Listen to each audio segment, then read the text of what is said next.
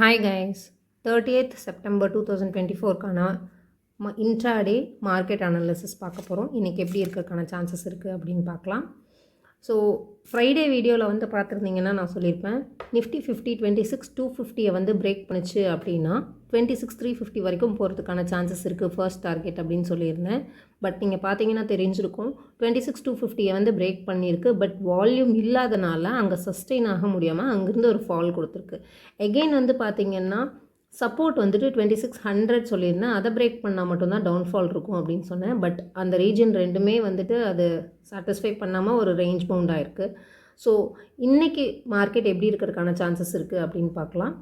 Resistance வந்து பார்த்திங்கன்னா 26,230 around. ஓகேங்களா? ஸோ இதை வந்துட்டு நீங்கள் ரெசிஸ்டன்ஸாக எடுத்துகிட்டு ஒர்க் பண்ணலாம். என்ன ரீசன்னால் அப்படின்னு கேட்டிங்க அப்படின்னா இங்கே 5 minutes டைம் ஃப்ரேம் மாற்றுறேன் நான். ஸோ 5 minutes டைம் ஃப்ரேமில் பார்த்தீங்கன்னா ஒரு ட்ரெண்ட் லைன் வந்து ஃபார்மேஷன் இருக்குது. ஓகேங்களா?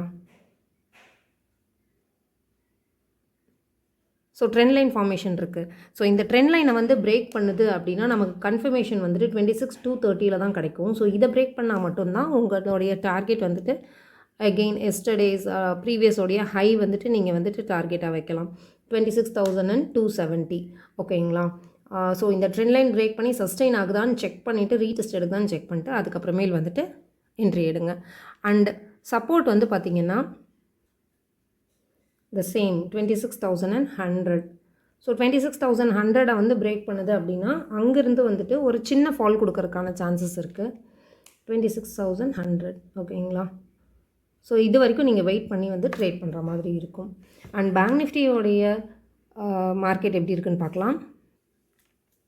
பேங்க் நிஃப்டி பார்த்திங்கன்னா ஒரு எம் பேட்டர்ன் இங்கே ஃபார்மேஷன் இருந்திருக்கு. அந்த எம் பேட்டர்ன் வந்து சாட்டிஸ்ஃபை ஆகி அது ஃபுல்ஃபில்லும் ஆகிடுச்சு. ஸோ இங்கே பார்த்திங்கன்னா தெரிஞ்சிருக்கும் எம் பேட்டர்ன். அண்ட் ஆல்சோ வந்து பார்த்திங்கன்னா ஆல்ரெடி நான் வந்து கண்டினியூஸாக நம்ம வீடியோஸ் வாட்ச் பண்ணியிருந்தீங்கன்னா தெரிஞ்சிருக்கும்.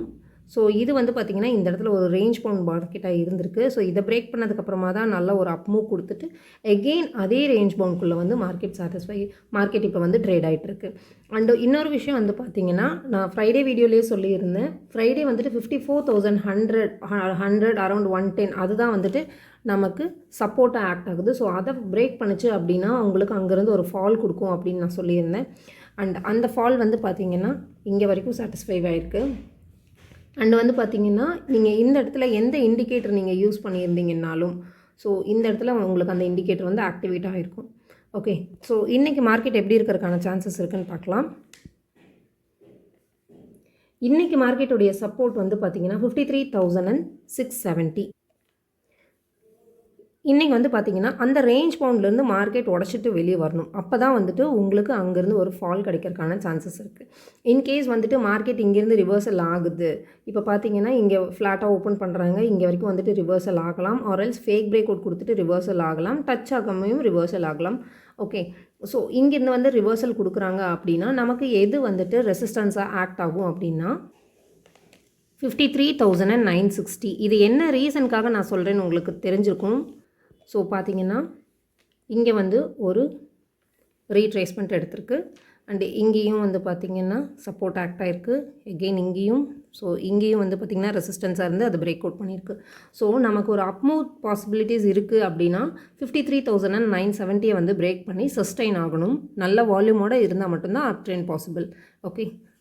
அண்ட் இன்றைக்கி வந்து பார்த்திங்கன்னா செபியோடைய மீட்டிங் இருக்குது. அதில் வந்து எஃப்என்டோஸ் ஃபீச்சர்ஸ் பற்றி ஏதாவது சேஞ்சஸ் கொண்டு வரதுக்கான சான்சஸ் இருக்குது. ஸோ இன்றைக்கி ட்ரேட் வந்துட்டு சின்ன ஒரு ஸ்கேல்பிங் சின்ன ப்ராஃபிட்ஸோடு வந்துட்டு க்ளோஸ் பண்ணிக்கோங்க. Okay, thank you and thanks for வாட்சிங்.